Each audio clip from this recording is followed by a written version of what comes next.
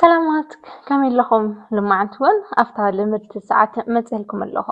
لما عند حزلكم زمت أخو حساب كما جه كان سبيتها فقر كتشتا خمسة لك هل تعينت تفك ويتعينت من جدي كنت كامل لك زبل لعشرة دقائق حبيرنا تصني حنا كنرينا نتانا لي حدش تزهونكم نتانا لي نقعد حنمت أخهم الشانل زي فقراوي هوتكم المقلبات تواهي لبستغفت الشانل سلازخانة خذ سبسكرايب كبروا قلبت عود سخانة فقراوي هوت نكلوكم جبروا نبارات سخونكم ناتي تخطاتلت دما كم تلمود إذا فيديو لايك بمقبر أو كومنت ناتهم دما أقعد حن متأخي بموبايل جمروا ليكم سنة مكتتا نحنا دك أنستيو فأرز قلت لنا سب نفوتينا توانا نجرو كامل يمثلوا تزجد سنة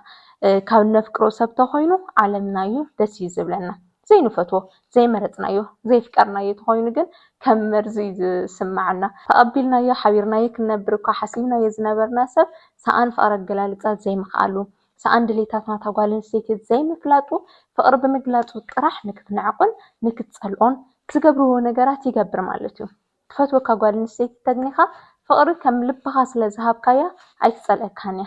ندحر سبيتها خوينا ندحر آمنا تقبياتك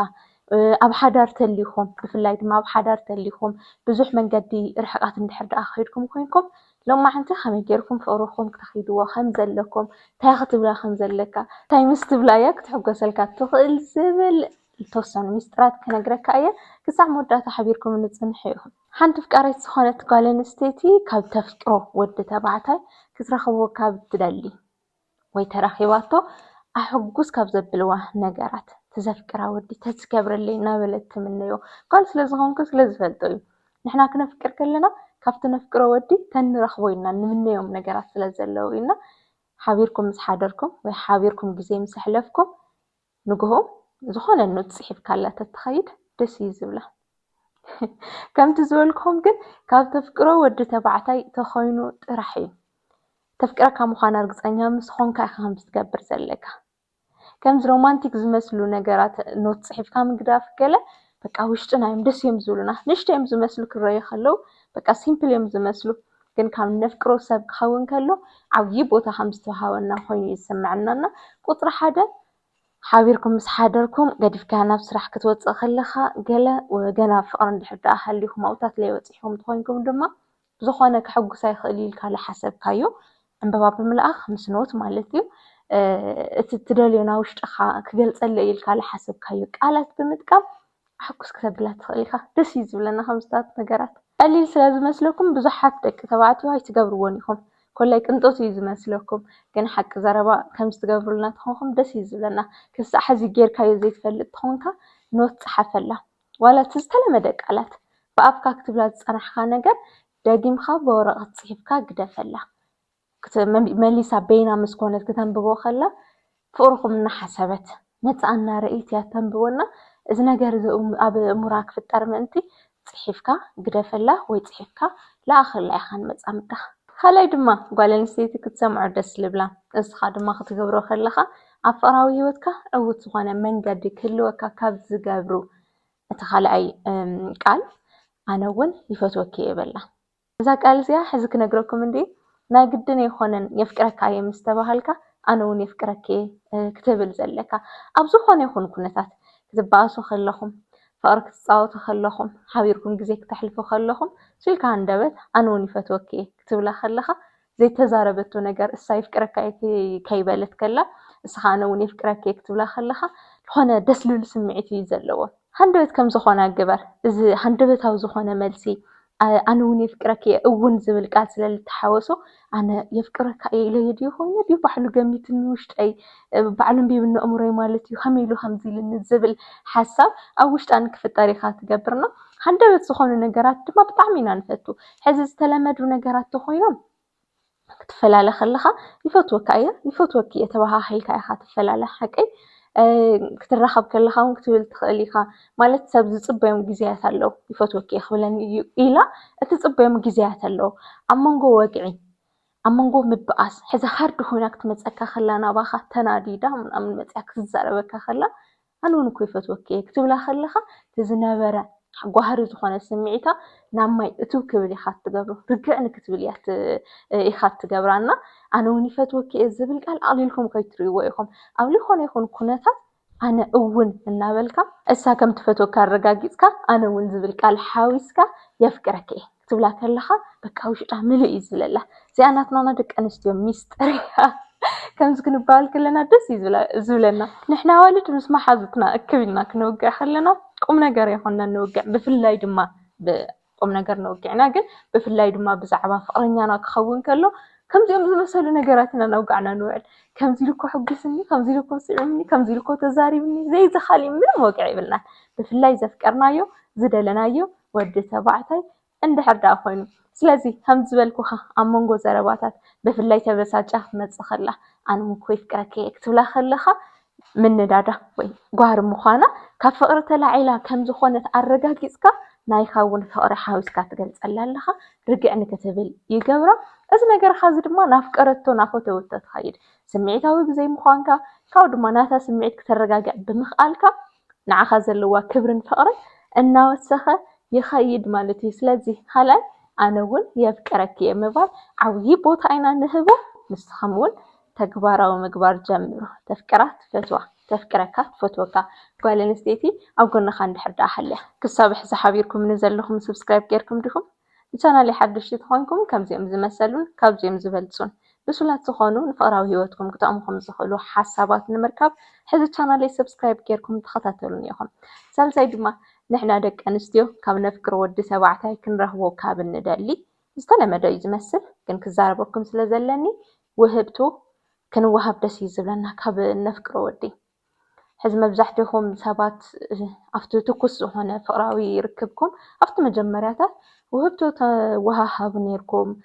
ብዙሕ ፍቅሪ ዝመስሉ ነገራት ተሪኣ ነርካ ገለ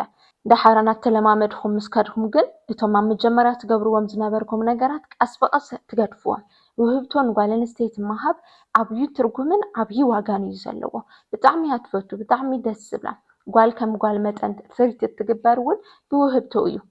ክትባ ከለኻ ኢኻ ጓልነታ ተመስክረላ ሽሕ ይሃልዋ ገንዘብ ክንዲ ዝኣክል ተፍርዛ ጓል ኣንስተይቲ እዚኣ ክንዲ ዝኣክል ሃፍታም ትኹን ካብ ሰብኣያ ውህብቶ ትፅበ እያ ውህብቶ ክትባ ከለኻ እውን እዩ ጓልነታ ትዝ ዝብላ ምስ መሓዙታ ማዕረ ከም ዘላ ዝስምዓ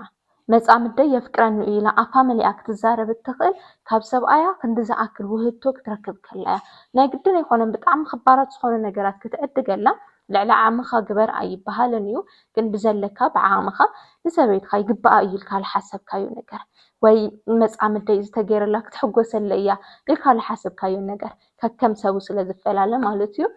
ክሕጉሱ ዝኽእሉ ነገራት ግበር ልዕሊ ዓቕምኻ ይተብስስ ግን ውህብቶ ክትባ ከለኻ ሕጉስቲ እያ ትኸውን ብስሩ እውን መፃ ምደይ ወይ ሰብኣየ ይልሃበኒ እዚ ነገር ኣለኒ ኢልና ክንዛረብ ከለና እዩ ደስ ዝብለና ዋላ እታ ዝነኣሰት ነገር ታንቕባኣሉ ሽኑ እኳሲ ካብ ሰብኣይና ክትከውን ከለን ባዕልና ክንዕድጋ ከለና ዓብዪ ዝኾነ ኣፈላላይ እዩ ዘለዎ መወሰኺ ፍቅሪ እዩ ብናትካ ምርጫ ዝተገዝአ ነገር ክኸውን ከሎ እታ ጓል ኣንስተይቲ ንዓኻ ትህበካ ዋጋ ዝለዓለ ንክኸውን እዩ ዝገብር ካብ ድማ ዘፍቅራ ቦታ ዝህባ ዝሓስበላ ምዕዳግኻ ናቲ ዋጋ ናቲ ኣቕሓ ዋጋ ዘይኮነሲ ናቲ ልቦናኻ ዝሓሰበ ንሰበይተይ ከሕጉሳ እየ ኢሉ ዝሓሰበ ኣእምሮኻ ዋጋ እያ ትርእና ውህብቶ ምሃብ ኣይተቋርፁ ኢኹም ኣብቲ መጀመርያ ፍቅራዊ ሂወትኩም ትኩስ ከሎ ብዙሕ ትገብርዎ ኢኹም ኣወዳት ድሓረ ግን ናቱ ማንኻ ትኸይድ ብፍላይ ኣብ ሓዳር ገለ እንድሕር ዳኣ በፂሕካ ኮይንካ ኖርማል ከም ዝኾነ እናተሰምዐካ ይኸይድ እታ ጓል ኣንስተይቲ ድማ ዘለመድካያ ነገር ስለ ዘሎ እሱ ነገራት ምፅባይ ትጅመር ንስኻ እውን ዘይትባ ክትኸውን ከለኻ ቀስ በቐስ ፌድ እናገበረ ንከይኸደኩም ፍቅርኹም ኣብ ሓዳር ጥራሕ ለኣትኹም ኣይኮነን ኢቭን ኣብ ፍቅራዊ ሂወት ዘለኹም ብዙሕ ዓመት ዝገበርኩም እንተልይኹም ውህብቶ ምውሃሃብ ፍቅርኻ ንክሕደስ ዝገብር ነገር እዩና ንሕና ደቂ ኣንስትዮ ድማ ውህብቶ ዝህበና እሞ ምስ ፍቅሪ ክኸውን ከሎ ደስ እዩ ዝብለና እና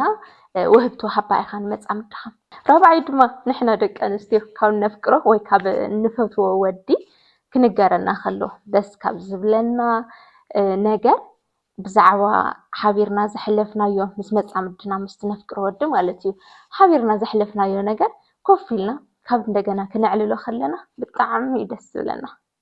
ፍቅረኛታትኩም ክትቕፅሉ ከለኹም ኣብ መጀመርያ ዘሕለፍኩምዎ ድሓረ ልዒልኩም ዝተውግዕዎ ቆንጆ ዝኾነ ሚሞሪ ተልይኩም ቅድሚ ሕዚ ከምዚ ገይርክለይ ከምዚ ወጊዕና ሓቢርና ናብዚ ክንከይድ ከለና ከምዚ ተኸዲንኪ ከምዚ ኢልከ ስሒቅክኒ ከምዚ ኢለ ስሒቀኪ ኣሎምሽ ተውግዖ ትዕልሎ ነገር እኒኦ ናይ ሕሉፍ ናይ ቀደም በቃ ፍቅሪ ከለኹም ዝገበርክምዎ ነገር ኮፍ ኢልኩም ግዜ ብትሕልፍሉ ሰዓት ሓደ መዓልትስ ከምዚ ገይርኪ ኢልካ ኣልዒልካ ክትዕልላ ከለኻ በቃ ደስ ሕጉስ ኢላ እያ ትውዕል ሕዚ እውን ይፈትወኒ እዩ ትብል እቲ ናይ ቀደም ዝነበረ ፍቅሩ ሕዚ እውን ኣይጠፍአን ኢላ ንክትሓስብ እዩ ዝገብራ ከልዕሎም ከለኹ ከምዚ ንእሽተያት እዮም ዝመስሉ ማለት ቀለልቲ ነገራት እዮም ዝመስሉ ኣብ ልቢ ደቂ ኣንስትዮ ግን ዓብዪ ዝኾነ ቦታን ዋጋን ዘለዎ ነገር እዩ ብፍላይ ሕሉፍ ዝኾነ ነገርኩም ኣልዒልካ ክትዛረባ ከለኻ እንታይ ዓይነት ስምዒት ከም ዝተሰምዐካ ሽዑ ትፈልጦ ነገር የብላን ዝኾነ ነገር ክትገብረልካ ከላ ደስ ኢልዎ ዶ ይኸውን ከም ድልዎ ይኸውን ናበለት እያ ትገብሮ ብፍላይ ድማ ኣብቲ ናይ መጀመርያ ፍልጠኹም ሰዓት ድሓር ኣልዒልኩም ከም ዓብዪ ጉዳይ ክተዕልልዎ ከለኹም ግን ለካ ከምዚ ተሰሚዕዎ ነይሩ ለካ ከምዚ ሓሲቡ ነይሩ እናበለት ውሽጣ ደስ ንክብላ እዩ ዝገብር እሞ ሕሉፍ ልሕለፍኩምዎ ነገር ተልዩ ብፍላይ ፍቕራዊ ዝኾኑ ነገራት እንድሕር ደኣ ሃልዮም ኮይኖም እንደገና ልዒልኩም ኣዕልልዎም ደስ ልብል ሚሞሪ ልፈጥርና ሕሉፍ ዝኾኑ ፍቕሪ ልፈጥሩ ንጓል ኣንስተይቲ ክሕጉስዋ ዝኽእሉ ነገራት ተልዮምኩም ልሕለፍኩምዎም ካብ እንደገና እናልዐልኩም ተተዕልሉ ኣብ ውሽጣ ፅቡቅ ዝኾነ ፍቕሪ ንክስምዓ ኢኻ ትገብር ሓምሳይ ነጥበይ ድማ ንጓል ኣንስተይቲ ደስ ካብ ዝብላ ንእሽተይ ዝመስል ግን ዓብዪ ቦታ ካብ ትህቦ ነገር ናድራር ፕሮግራም ብጣዕሚ እያ ትፈቱ ደስ እዩ ዝብለና ፕሮግራማት ማለት እዩ ግን ከምቲ ኩሉ ግዜ ዝብለኩም እዚ ነገር እዚ ዝተለመደ ከይትገብሩ ኢኻ ናሰልችዋ ስለ ዝኸይድ ትማሊ ተመጊብኹምሉ ዝነበርኩም ወይ ዝሓለፈ ወሲድካ ዝነበርካ ቦታ መሊስካ ትወስዳት ኮይንካ ሕዚ እውን ክስልችዋ እዩ ማለት እዩ ተመሳሳሊ ዝኾነ ነገር ተሪኣ ስለ ዘለኻ እንታይ ደኣ ትገብር ሎሚ ካሊእ ነገር እንድሕር ደኣ ኣሕሊፍኩም ኮይንኩም ቀፃሊ ኣብ ገዛኹም ክኸውን ትገብርዎ ተብደጋ ጌርኩምዎ ዝነበርኩም ብድሕሪኡ ድማ ካሊእ ሓዱሽ ነገር ብምግባር እዞም ፍልይ ዝበሉ ኩሉ ግዜ ዘይግበሩ ነገራት ግን ሕልፍ ኢሎም ካንድል ናይት ገለ ዝዘጋጀዩ ነገራት ብጣዕሚ እዮም ደስ ዝብሉና ንሕና ደቂ ኣንስትዮ ብፍላይ ሰርፕራይዛት ብጣዕሚ ኢና ንፈቱ ለይገመትቶ ነገር ክትገብረላ ከለኻ ፍቕራ ንክውስኽ ንዓኻ ዘለዎ ዋጋ ናላዕለ ንክኸይድ ሰብኣይ የፍቅረኒ ኢላ ንክትሓስብ ኣብ መንጎኹም ምግጫት ተልዮም ምቅሕሓራት እንድሕር ደኣ ሃልዮም ምትእምማንኩም ፈሪሱ እንድሕር ደኣ ኮይኑ ብዝኾነ ኣጋጣሚ ፍቕርኩም ፌድና ገበረ እንድሕር ደኣ መፅኡ ኮይኑ እዞም ሎማዓንቲ ዝነገርኩኻ ሓሙሽተ ነገራት ንጓል ኣንስተይቲ ፍቕራ ካብ እንደገና ንክጥጥዕ ዝሕግዝዋ ነገራት እዮም ሓሙሽተ እዮም ቀለልቲ እዮም እዞም ቀለልቲ ዝመስሉ ግን እንድሕር ብስነ ስርዓት ኣኸቢርካ ማለት ክገብረላ ኣለኒ እስቲ ሰናይት ሓቃዶ ትኸውን እስቲ ከይደ ቼክ ዝተኽገበር ኢልካ ሞክሮም ብኣየ ይኹንካ መፃምድካ ሕጉስ ክትብል እያ ከምዚ ዓይነት ባህሪ ምውናን ከኣሉ ቀለልቲ እዮም ጓል ንምሕጓስ ብጣዕሚ ንእሽተይ ነገር እዩ ዘድልያ በቃ ንእሽተይ ግን ኣብ ልቢ ዓበይቲ ነገራት እዮም ዝፈጥሩ ንእሽተይ ኢልኩም ሓሲብኩም ለጥፋእኹምዎም ጥፍኣት ኣብ ውሽጢ ቀርቂራ ከም ትሕዞ ንክትሕጎሱ እውን ክንድዚ እዩ በቃ ንእሽተን እዩ ዝኣኽላ እና ከበድቲ ነገራት ኣይትሕሰቡ ኣይትጨቃጨቁ ሂወተይ ተኽብድዋ በዞም ነገራት እዚኣቶም ቅልል ብዝበሉ የፍቅረኪ እየ ብምባል ውህብቶ ብምሃብ ጥራሕ ልባ ክትምልሶ ትኽእል ኢኻና ተፍቅረካ ምዃና እርግፀኛ ሁን ፍቕሪ ተዘይሃልይዋ ምንም ተገበርካ ምንም ተምፅኻ ለክትሪኤካ ትኽእል እያ ልገደደ እንዳውም ንክትፀልአካ ክገብራ ክእል እዩ ተፈቃረቱ ኮይንኩም ሓቢርኩም ዝቐፀልኩም ንነዊሕ ግዜ ኦሮማይ ሂወትኩም ዝወሰንኩም ብሓባር ኢና ክንከውን ኢልኩም ዝወሰንኩም ተኮይንኩም ግን ብኣኻል ትሕጎሰሉ ምክንያት የብላን እዩ እዛ ጓል ኣንስተይቲ